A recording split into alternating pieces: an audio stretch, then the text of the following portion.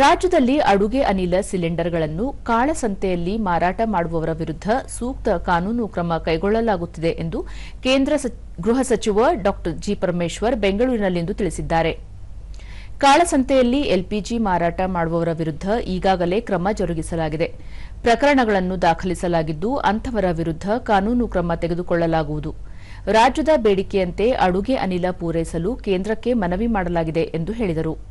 ಇದೇ ವೇಳೆ ರಾಜ್ಯದಲ್ಲಿ ನಡೆಯುತ್ತಿರುವ ದಾವಣಗೆರೆ ಮತ್ತು ಬಾಗಲಕೋಟೆ ವಿಧಾನಸಭಾ ಕ್ಷೇತ್ರಗಳ ಉಪಚುನಾವಣೆ ಕುರಿತು ಪ್ರತಿಕ್ರಿಯಿಸಿದ ಸಚಿವರು, ರಾಜ್ಯ ಸರ್ಕಾರ ಕಳೆದ 3 ವರ್ಷಗಳಿಂದ ಜನಪರ ಮತ್ತು ಸಾಮಾಜಿಕ ನ್ಯಾಯದ ಪರವಾಗಿ ಕೆಲಸ ಮಾಡುತ್ತಿದ್ದು, ಬಡವರಿಗಾಗಿ ಕಾರ್ಯಕ್ರಮಗಳನ್ನು ರೂಪಿಸಲಾಗಿದೆ.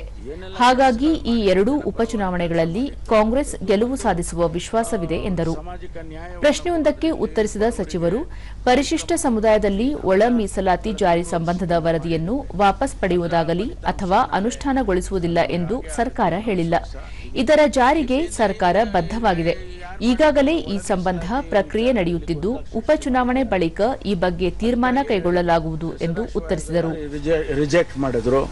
ಆಮೇಲೆ ಇದು ಏನು ಡೆಲ್ಲಿಗೆ ಪರ್ಸೆಂಟೇಜ್ ಹಾಕಿ ಕಳಿಸ್ಬಿಟ್ರು. ಯಾವ ಆಧಾರದ ಮೇಲೆ ಪರ್ಸೆಂಟೇಜ್ ಹಾಕಿ ಕಳಿಸಿದ್ರು? ಆ ಗೊಂದಲದ ದೃಷ್ಟಿಯಿಂದ ಹೇಳಿದ್ದೇನೆ ಹೊರತು ಬೇರೆ ಏನು. ನಾವು ವಾಪಸ್ಸು ತಗೊಳ್ತೀವಿ ಅಥವಾ ಮಾಡೋದಿಲ್ಲ ಅಂತ ಏನಾರು ಹೇಳಿದೀವ? ನಾವು ಬದ್ಧವಾಗಿದ್ದೀವಪ್ಪ ಅಂತ ಹೇಳಿದ್ದೀವಿ. ಪ್ರಾಸೆಸ್ ಅಲ್ಲಿ ಇದೆಯಾ ಅಲ್ವಾ?